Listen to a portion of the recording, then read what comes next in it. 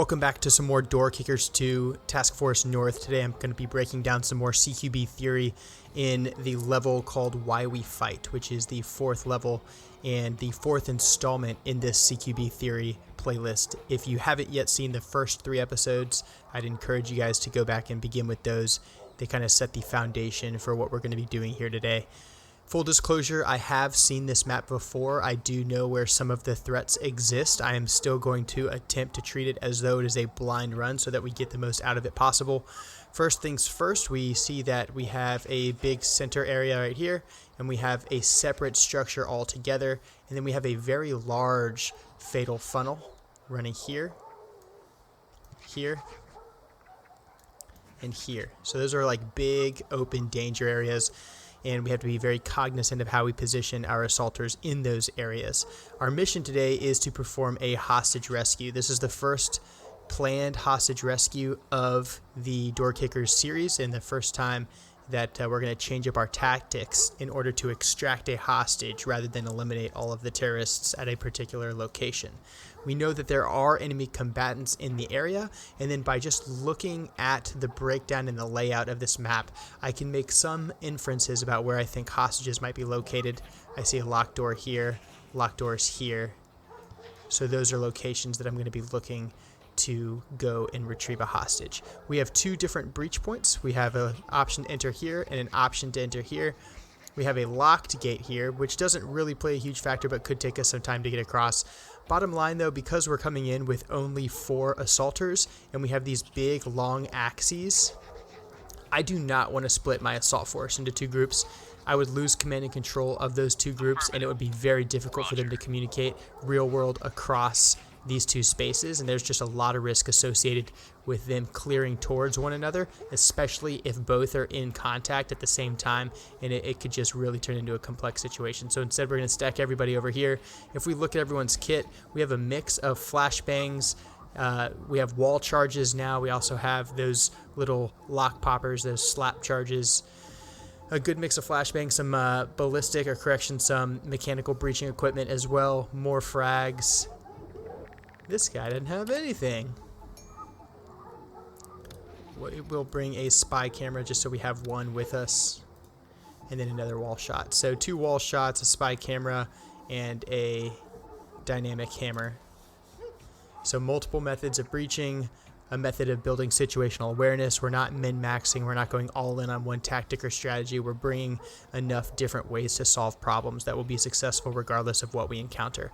I'm going to choose to enter this breach. The reason is because this long fatal funnel, there's just a lot of risk exposing myself to a possible covered position, an open breach, a window, and an additional potential position that someone could be occupying. Whereas coming through this breach exposes me only to that counterattack route, and then any enemies that are in here. So we're going to go ahead and unlock this guy, treat this like an open breach, treat this like a room, and execute pieing off as much as we can, and then trying to maintain ourselves as being uncompromised before prioritizing the clearance of this space, and then prioritizing the clearance of this space, and getting all of the hostages back to the safe zone. Let's get started.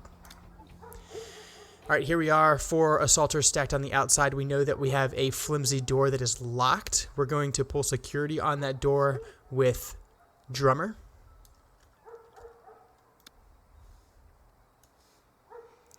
Bacon will maintain security on the other potential threat area, which is this other door that we could be flanked from behind. And then we'll have our other assaulter pulling rear. Meanwhile, Peanut here, first things first, he's going to pop out just a little bit to pie off this corner, see that we can try to make as much of this area safe as possible. Then afterwards, he will go forward and unlock this gate. Let's first set conditions by doing our initial security sweeps of these adjacent structures, these adjacent rooms. Okay, so far no hostiles observed. I've got good security down this door. I'm going to go ahead and creep forward with Peanut. He's going to pick the lock. I'm also going to scoot forward just a little bit with his security buddy. We're picking the lock because right now we want to stay quiet. We want to remain undetected for as long as possible. There's hostages in the area. There could be a clock associated with freeing those hostages. As soon as we're compromised, that clock starts ticking, and their safety is in jeopardy from the moment we are compromised to the moment we are able to extract them. This lock is now picked.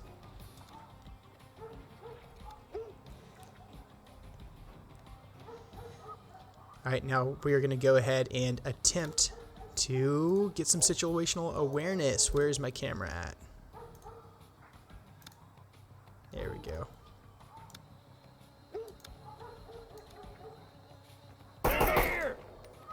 Okay, we did go ahead and now we are loud, we are compromised.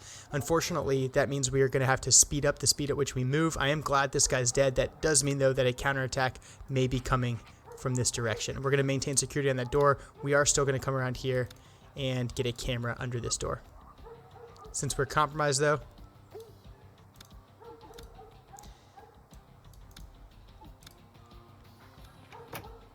and we have 2 enemy combatants now coming out. So this is going to turn into a gunfight really quickly. Camera is no longer needed. All right, now that we're going to compromise, we do have red space here and here. We're going to rapidly get through this door, clear this red space, and get around this corner and pull long security while simultaneously maintaining security on this breach. Peanut here has already seen most of the room, so we're going to prioritize him entering. And because we're compromised and because this door is already open and we've lost the initiative, we're going to regain it by getting in rapidly. We're not going to bang this room. There is risk associated with it, but we're going to need those munitions later in this fight, I have a feeling. Alright, first things he's going to do is clear long, make sure the immediate threat is clear. Next, he's going to clear this corner. As soon as he clears that corner, he's going to pull long and hold long for the duration. He will stop here, still pulling long. This guy's going to come in, he gets one wall. He's going to get here right away. He's going to pull security on this window.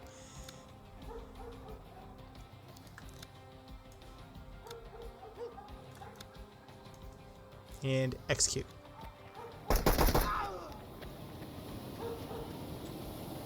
Okay, now we've entered and cleared our first room. We've still lost the element of surprise. That means we have to keep the other 2 principles of close quarters battle cranked up high.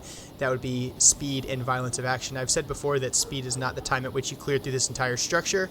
It is the time from which you are exposed to a threat to the time that threat is eliminated. I would say that speed is also important in this particular situation, as you need to get to the hostage and save them as fast as possible, including putting the risk of damage to the lifeline eyesight of your own assaulters at risk to do that, because as soon as you take on a hostage rescue mission, you assume that placing your life above the life of the hostage may be a part of that operation.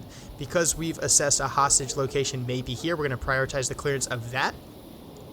We don't necessarily believe that the hostage would be in one of these areas, so we are going to crank up the violence of action by using explosive breaches to get internal to that structure rapidly.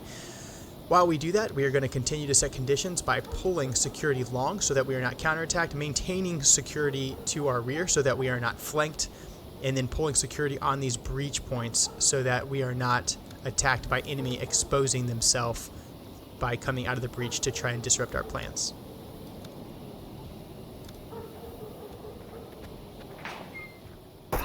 This is why we have rear security. Alright, charge is set. Most of these little charges that we're putting on doors and locks have a pretty small MSD, meaning minimum safe distance for the blast. All of these charges would produce frag, but the frag itself would be relatively minimal, and as long as you're offset and not standing directly in front of or directly behind that charge, it's not going to do a ton of damage for you. And as long as you're standing adjacent to it on either side, based off of the size of that slap charge, you'd probably be alright. Alright, so now we've still got rear security, we still have long security, we have a charge set. That charge is going to go off. Once it goes off, we're going to perform Battle Drill 6, a rapid dynamic entry into this space. Remember, this is a hostage rescue. We do not have the luxury of getting in a massive gunfight in the breach, which would likely keep us safer, but it would put a hostage in this room at risk, especially for firing over and over again and then throwing hand grenades through that breach. So we're going to go ahead and assume that there's enemy in here. We understand that there's a risk of the enemy engaging us as we come through this breach. We're going to go in hot and violent by blowing this charge. Then we're going to throw flashbangs and we're going to chase those flashbangs in. Let's go ahead and set this up. So that's going to be on A.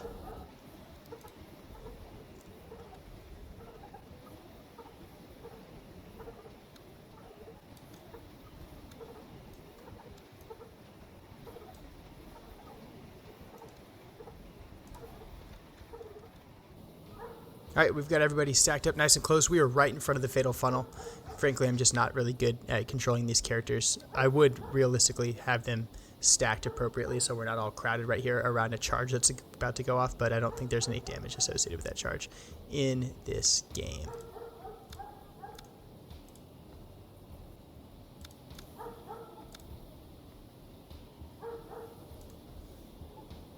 Alpha, go. We have 1, 2, 3 enemy immediately available. We are all standing in the breach. God help us.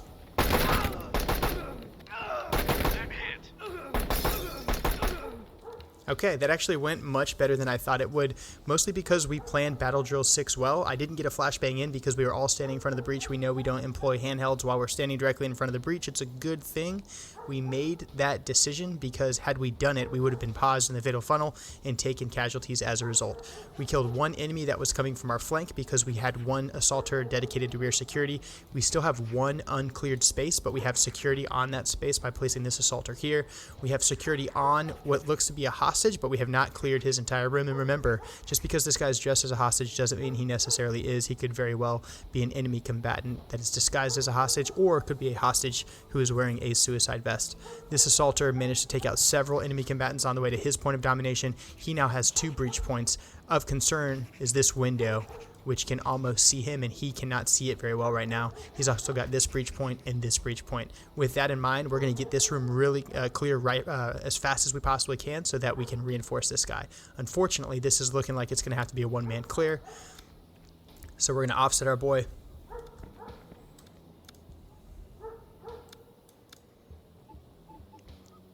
We're going to kick this door. And now that we're in, immediately go right. Clear. Great. He's going to come over here and support.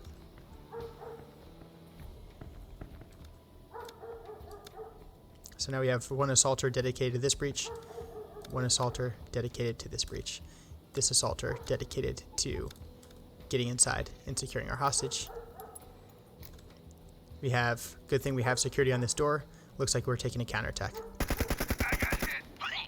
I have no explanation for what's going on right now.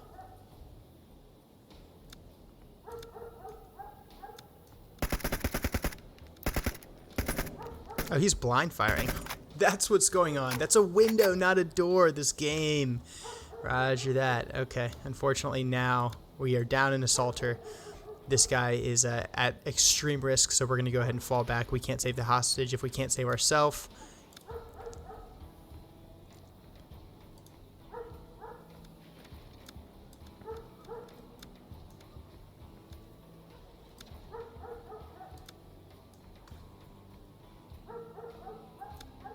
Now we're going to have to expose ourselves, so I got a flashbang out.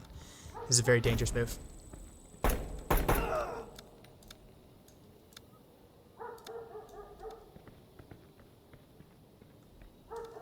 Okay.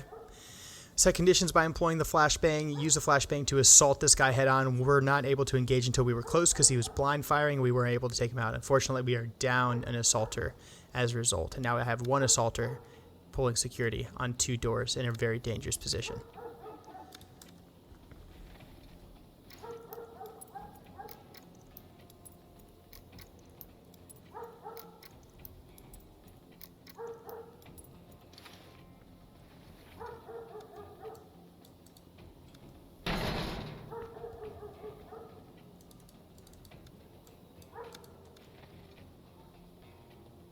Thank you. I won't forget this. Okay, we've secured the hostage. We don't want to give up this frontline trace, all this ground that we fought to take. So we're going to continue to hold security here. We're going to leave this guy by himself, which poses extreme risk to him, something you would never want to do in the real world. Of course, you would never want to hit a target of this size with a fire team size element either. So we're moving into the land of fiction as it is. Bacon's going to go ahead and escort our guy, our hostage, all the way back to the safe zone. But he is going to do that. We're going to use as much cover and concealment as we can. But he's going to do that with Philly here providing some security.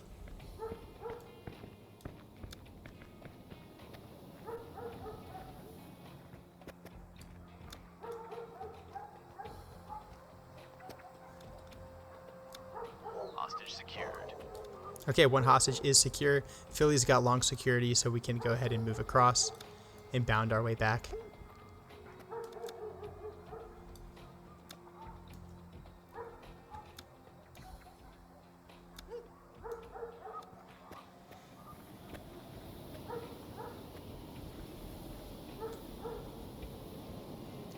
All right, we're going to go ahead and link up with Peanut. Remember, we still think we possibly have other prisoners that could be in this location. We also have a sleeping area here, maybe a guard quarters because of its proximity to the prisoners over here.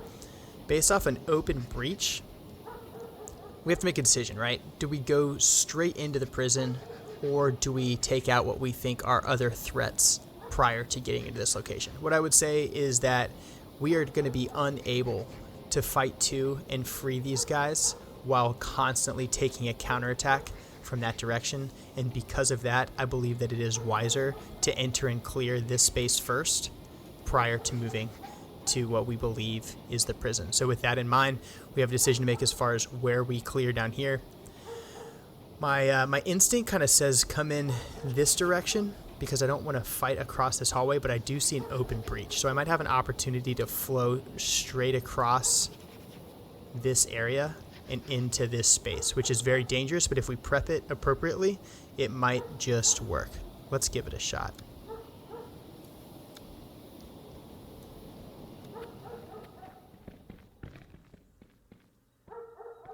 These guys are just being silly now.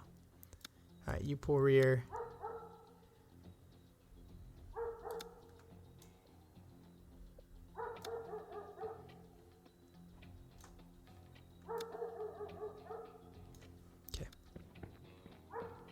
There's one additional enemy combatant. We've got a fatal funnel here that allows us to see all the way across. He's got a little bit of cover, so do we. Hopefully, we are able to just engage him as is. We'll go ahead and crouch. Okay, we had a little bit of cover. He's wounded, but we got two guys destroyed, and we crouched so that we have better accuracy. We're going to go ahead and bring this other assaulter up to cover our buddy while he reloads.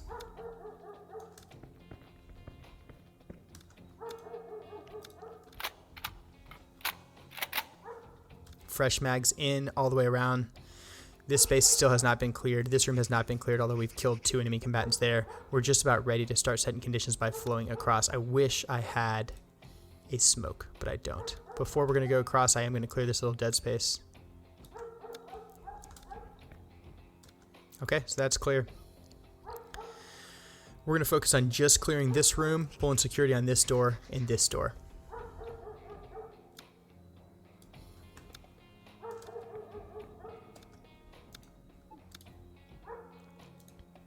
So it'll be banger on A.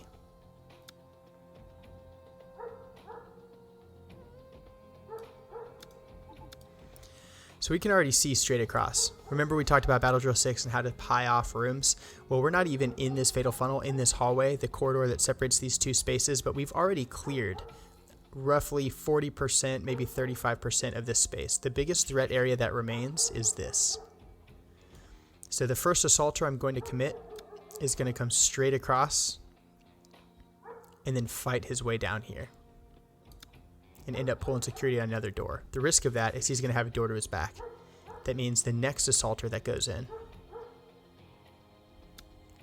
is going to cover his back, and the final assaulter is going to maintain rear security.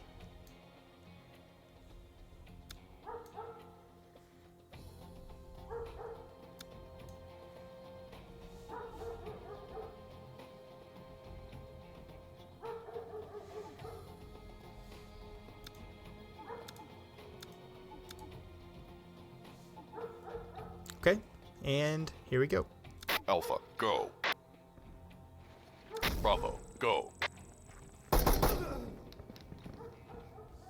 right, we've entered and cleared the room. We have rear security. We have security on this breach. We have security on this breach. I'm going to go ahead and clear this space just so we don't have any additional red space behind us. It's a short room. It should only take one assaulter. Of course, the big challenge here is, of course, that it is a fatal funnel, and I have an object here that's going to prevent me from being able to pie off that room. So we're going to go ahead. I don't want to use the camera. We're just going to have to risk it for the biscuit and go straight in. And we paid for it. Tremendous risk in doing what we just did. We had a camera that would have required us to take a knee and stand in front of the fatal funnel for an extended period of time and probably get shot through the door as a result. We also had a flashbang that we could have employed, but doing so would require us to employ it from directly in front of the door. Alternatively, we could have done a wall breach on the side. That would have been the best case, but it would have exposed ourselves to this long fatal funnel that we are not necessarily certain is going to be safe. So we took a tremendous risk, and unfortunately we paid the price. It's a dangerous business, and that's the cost of doing it.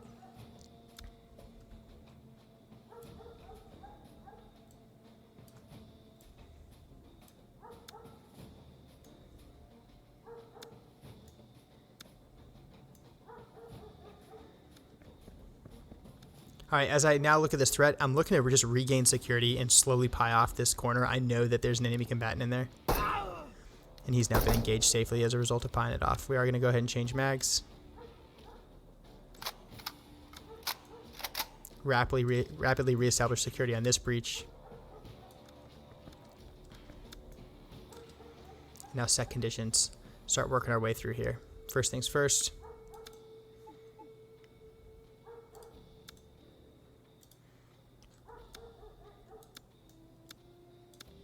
Swapping them because of mechanisms of breach. We're going to regain violence of action. We're now down multiple assaulters. It is imperative that we get the rest of this right because we are running out of people that can get to these hostages and keep them safe.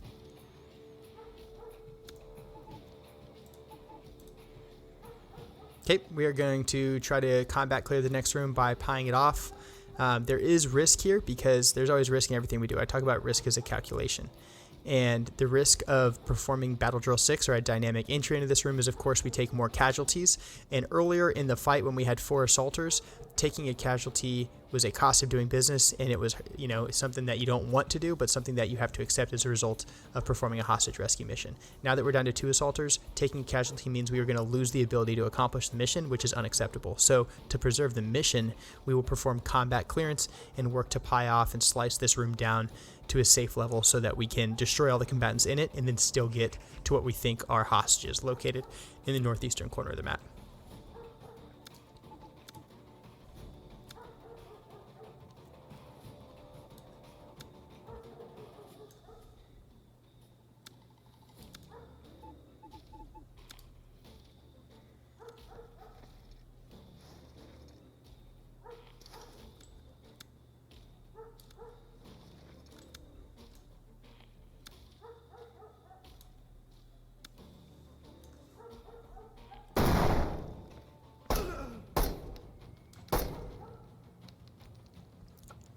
Okay, we blew that one charge. We moved around in a U shape around the door while pieing off that room.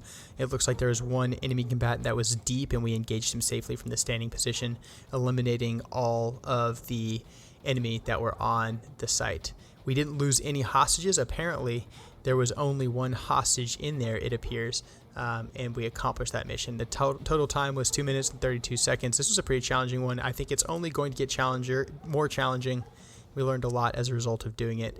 Thanks for watching, guys. If you're enjoying this series, I appreciate your support simply by subscribing to the channel. We just hit 9,100 subscribers, looking to get to 10K by the end of 2020. Make 2020 not suck as bad as it did. Appreciate you guys watching. I'm Controlled Pairs, and I play the most immersive PC games in the world. This is Door Kickers 2, and I'll see you in the next one.